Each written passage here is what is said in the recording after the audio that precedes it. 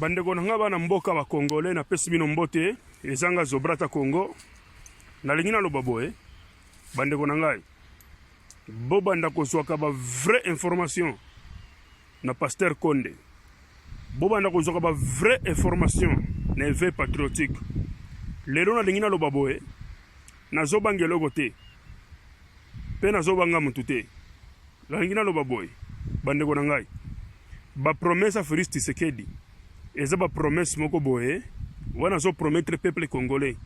eza ba promesse moko boye ekoti kozwa même 50 ans pour réaliser yango wana eza ya liboso eloko amibale na ngina loba boye Félix Tshisekedi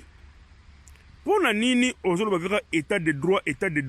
droit ya monoko kaka. Donc état de droit neza na Congo ekoki te pona okanga Kabila olingi ba américain olingi ba israélien olingi monde entier mobimba epese ba militaire po kanga Hippolyte Kanambe po état de droit na yo toko approuver yango mokolo okokanga criminel Hippolyte Kanambe nde toko approuver yango wana zolo bezolo kola ozosakana na biso peuple congolais oyo komi maseki sikoyo. Et puis état de droit na yo ozosala yango te pona ba criminel wana nga na yebi ozosala état de droit na yo po bakanga batu wana oyebike bako gagner ba élection na 2023 bango ozosalela état de droit nga na yebi très bien oko sangate Félix Tshisekedi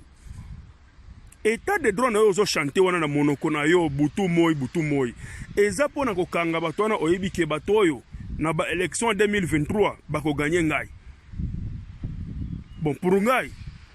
état de droit na wana ozo salela yango Jean-Pierre Mbemba na Moïse Katumbi yango na koyebisa peuple congolais état de droit Félix Tshisekedi azo salela yango Jean-Pierre Mbemba na Moïse Katumbi po alukela bango ba problème bakanga bango po ayebiki na 2023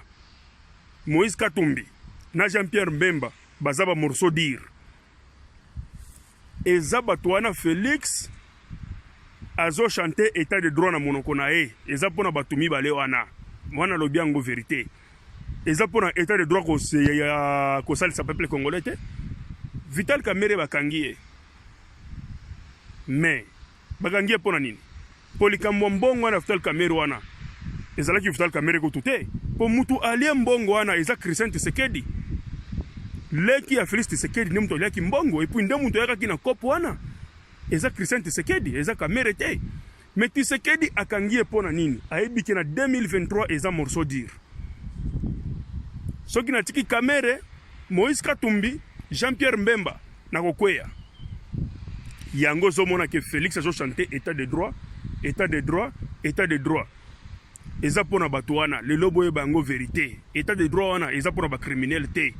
état de droit wana eza pona ko salisa peuple congolais te état de droit wana eza pona ko bundisa Moïse Katumbi na Jean-Pierre Mbemba po moninga na bango deja za na prison Vital Kamerhe eza pona mbongo te eza pona ko banga ya Félix Tshilolo. Félix Tshisekedi ba promesse na yo ozoyebisa peuple congolais eza ba promesse moko boye ekoki kozwa même 50 ans pour réaliser yango mais osovandi déjà 2 ans na kiti ko bosana te etikali 3 ans siko ba promesse ozoloba nyonso tu wana okosilisa yango na 3 ans te tika comédie na aventure nozosala yo vanda oyiba mbongo ndenge Hippolyte Kanambe ayibaki iba siko osilisi koyiba mbongo oyebisa biso oyebi yango nazo biso vérité po nazo banga yo te po ngana kokufa yo po kokufa mutu nyonso kokufa yango nazo banga yo te nazo yebisa yo po eza makambo mabele na kokufa okokufa mais mabele kotikala na bana na biso il faut bana na biso baye ba histoire mboka. Félix Tshisekedi tika aventure